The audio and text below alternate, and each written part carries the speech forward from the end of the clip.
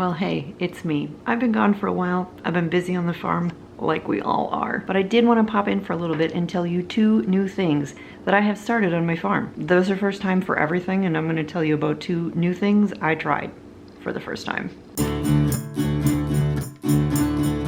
There's a first time for everything, and we have been busy doing a couple new things on our homestead as we wait for spring to actually arrive. So this is our new hydroponics system. We've got this in the basement right now. We've got some Gustav's lettuce growing in here. We've got some good stuff going on.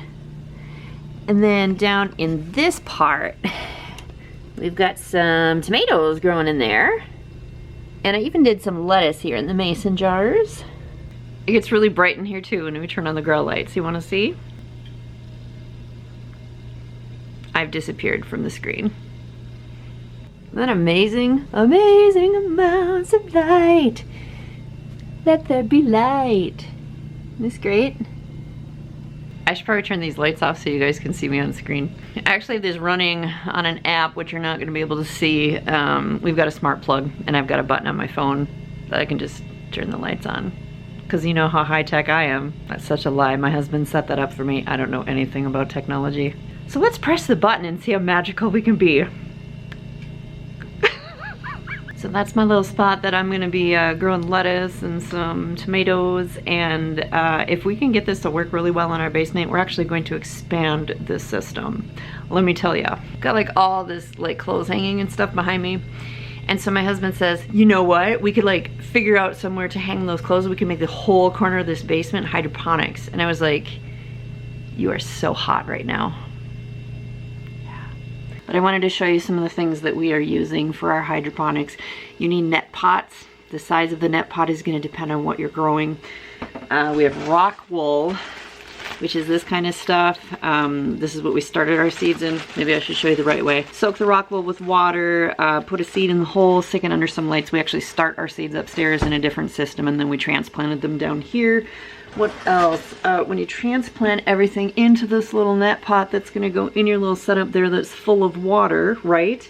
Then you're gonna cover it up with, how can I show you? These little clay pebbles, stick that around there, because the thing about hydroponics is you don't want any light getting to the water, so you may be getting some light through here depending on how far your seedling is sticking up, and so make sure you dump some of those clay pebbles in there. The clay pebbles will also help it to help the seedling to stay standing up. As it gets heavy, it's going to want to flop over. The water that you're using is going to have some fertilizer in it. There's different kinds that you can use. There's Master Blend that you can use. We actually ordered something really easy from Amazon. It's this kind of stuff. General Hydroponics, they have a three-part system, and this isn't necessarily made for Kratky, which is the system that we're using, which is something that doesn't have pumps or electricity or anything like that, other than the lights, obviously. This is more for a different kind of system, but there are people that use this kind. We did a 1-to-1-to-1 ratio of all that, measured it out with the water. The amount of water that you use is going to depend on what you're growing. There's all this math that goes into it, so look this up on the internet. I'm just punting my way through this because this is new to us, and every time we try something new on the farm, it's really just a punt, and I need you to know that, because I don't ever really know what I'm doing, which should give you the courage to go do things that you don't know how to do. Research a little bit and then do it and see what happens. That's my advice for you today. So looking at that again, down in here, there's a whole bunch of water. This was filled with water, and then we put the plants in the little net pots, the seedling in there, and filled it up with the pebbles. The plant is going to soak up the water that's in here.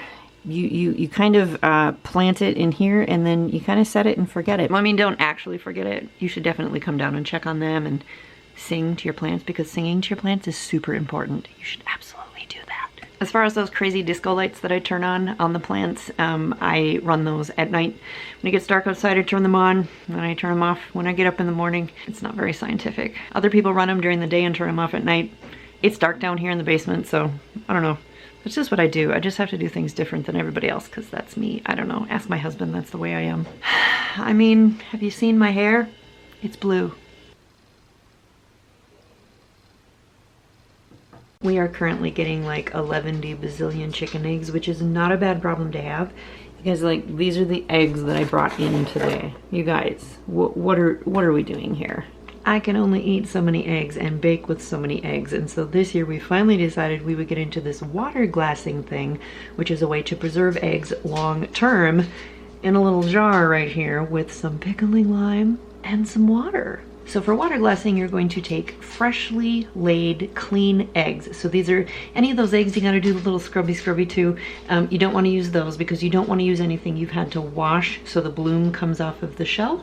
And you can't do this with store eggs, obviously. Don't do this with store eggs. So you're going to take clean eggs and you're gonna put them in a jar. And on top of those eggs, you are going to put 1 quart of water mixed with 1 ounce of pickling lime. It's still gonna separate. It doesn't matter how long you stir it or how much you dissolve it. When it sits, it's still gonna separate. So don't let that bother you. And you're gonna keep filling up your jar or your bucket or whatever until it's full. And then you're gonna start another jar, whatever. Rumor has it that these will last in here for 6 months, a year. That's what they say. When you are ready to use these, you just take one out, you rinse it off really well, and then you can use it as normal. You can make scrambled eggs, you can use them for baking, whatever you would normally use them for. There are some people who say you're not going to want to crack these open and have like an over easy egg, because some people say it's really hard to get the yolks to not break once you crack that egg open, but whatever, we'll try it out in a year and tell you what happens. And did I mention you have to rinse these eggs off before you use them? Rinse them really well, because you want to make sure you get all that pickling lime off of them before you start cracking them open.